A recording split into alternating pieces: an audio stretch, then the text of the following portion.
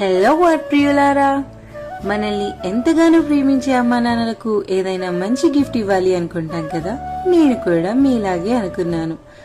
అలా చాలా చాలా డేస్ గా ఆలోచిస్తూ ఉంటే నాకు మంచి ఐడియా వచ్చింది. మా అమ్మ నాన్న పెళ్లి ఫొటోస్ చూస్తూ ఉంటే వాళ్ళు చాలా యంగ్ గా బ్యూటిఫుల్ గా ఉన్నారు.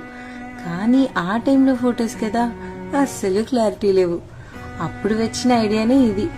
వాళ్ళని అలాగే యంగ్ గా గీసి ఈ టైమ్స్ లో పెళ్లి జరిగి ఉంటే ఎలా రెడీ చేసేవాళ్ళము, అలా గీయాలి అని ఫిక్స్ అయిపోయా.